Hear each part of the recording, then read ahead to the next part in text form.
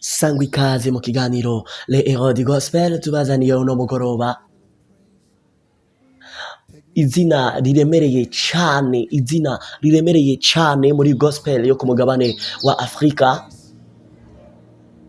Tuzi neza ko udashobora kuvuga gospel ya Afrika ngo wibagire igihugu cya Afrika y'Epfo, ariko kandi muri ico gihugu ntushobora kuvugamwo gospel ngo wibagire amazina amwe akomeye cyane nka Soweto Choir, amazina akomeye cyane nka Joyous Celebration, amazina akomeye cyane nka DUBE.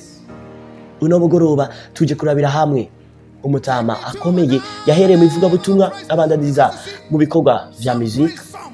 Uno munsi tubazaniye mutama Reverend DUBE. Ni Le Héros du Gospel muri kumwe na Mc Régis. Welcome again. But there are times when you want to say to God, take me to another level.